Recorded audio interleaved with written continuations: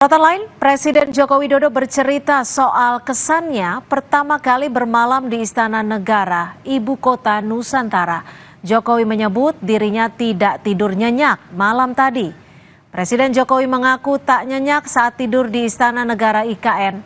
Presiden mengklaim hal ini terjadi karena merupakan momen pertama kali bermalam di Istana IKN. Meski begitu, Presiden Jokowi mengaku puas dengan perkembangan pembangunan Ibu Kota Nusantara. Kunjungan kerja Presiden Jokowi selama 3 hari untuk mengecek perkembangan terakhir dari pembangunan IKN.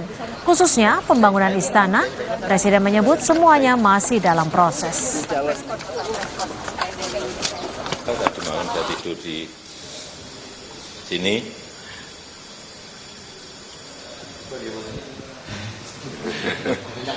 Gimana? Enggak nyenyak. Apa adanya. Ya mungkin pertama kali aja mungkin masih belum masih belum nyenyak.